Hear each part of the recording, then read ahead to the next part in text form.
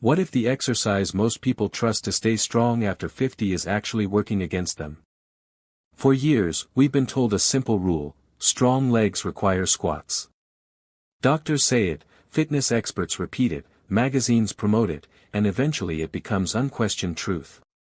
But what if that well-meaning advice, designed to keep you active and independent, is quietly putting extra stress on your knees? Here's something worth thinking about. Research frequently referenced by institutions like Harvard Medical School shows that nearly half of adults over 55 experience knee degeneration or long-term knee discomfort. Biomechanical research also reveals that deep squatting can place 5 to 7 times your body weight in compressive force through the knee joint. Pause for a second and picture that. If you weigh 180 pounds, your knees may be absorbing anywhere from 900 to over 1,200 pounds of pressure with every deep squat. Now, this doesn't mean squats are automatically harmful. For younger people with excellent mobility and healthy joints, they can still serve a purpose. But here's the part that rarely gets discussed. A body at 55, 60, or 70 is fundamentally different from a body at 30. Cartilage gradually thins, joint lubrication decreases, reflexes slow, and the small stabilizing muscles around the hips, knees, and ankles quietly weaken. Yet many people continue training as if nothing has changed. So when knee pain appears during squats, or when balance feels shaky, the assumption is often, I must be getting old, or I just need to push harder. But what if the issue isn't effort or discipline? What if the problem is that we've been following one-size-fits-all advice for bodies that are anything but identical? Here's the reality most people never hear. After 50, the greatest threats to independence aren't laziness or lack of motivation. They are loss of balance, reduced movement control, and declining confidence in your own body. Studies published in journals such as the Journal of Orthopedic and Sports Physical Therapy and the Lancet Public Health show that falls and mobility decline are driven more by poor balance, weak stabilizing muscles, and slow reaction time than by simple muscle weakness. This isn't meant to alarm you. It's meant to empower you. Because the goal after 50 isn't to prove how much weight you can lift. The real goal is staying independent, moving confidently, and continuing to enjoy life without constant fear of pain or falling. That's why today we're looking at a different approach. Not tougher workouts. Not trendy routines. But 3 smarter movements that, for most people over 50, are far gentler on the knees than squats and far more useful for real-life movement. Before we continue, take a moment to introduce yourself if you'd like. Share your first name, age, and where you're watching from.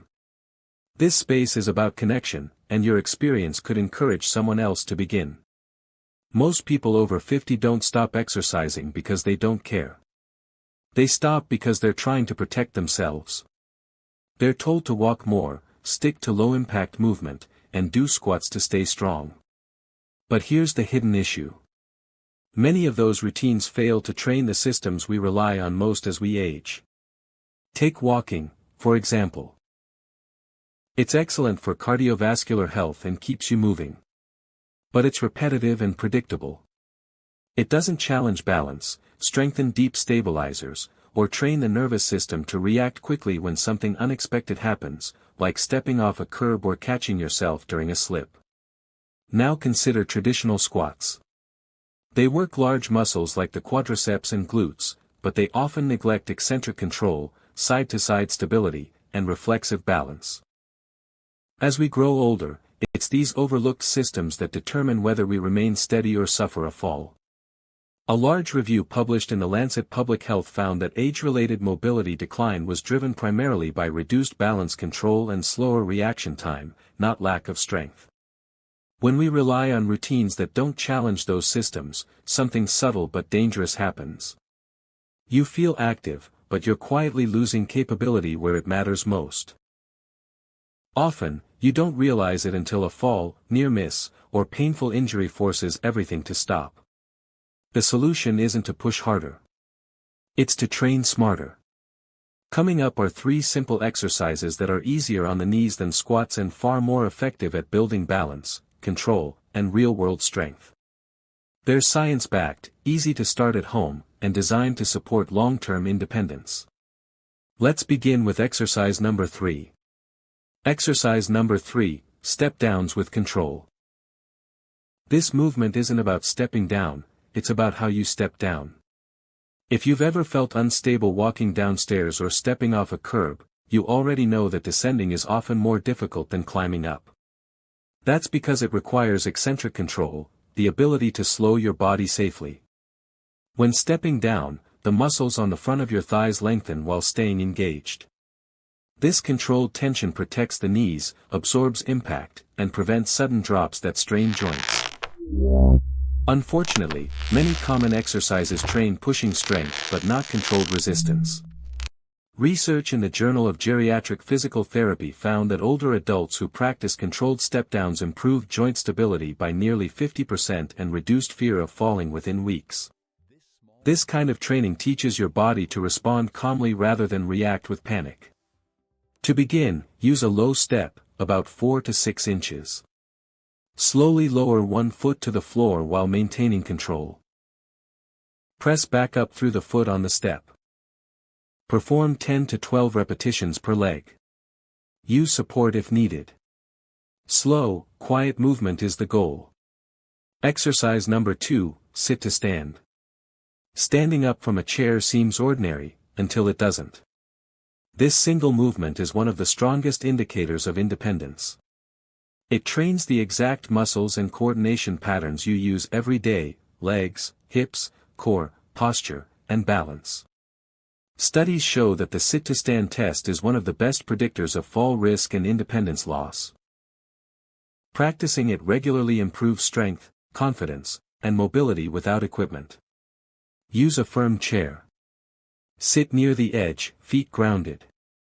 Lean slightly forward and stand with control. Lower yourself slowly. Start with 8 to 10 repetitions. Adjust height or tempo as needed. Exercise number 1, lateral step UPS. Most movement is forward, but falls rarely happen that way. They happen during turns, side steps, or unexpected shifts. That's where lateral strength matters. The gluteus medius, a small muscle on the outer hip, plays a major role in side-to-side stability. When it weakens, knees collapse inward and balance suffers. Many common exercises fail to activate it. Lateral step-up strengthen this muscle and improve reaction time and knee comfort. Step sideways onto a low platform, rise with control, and step down slowly.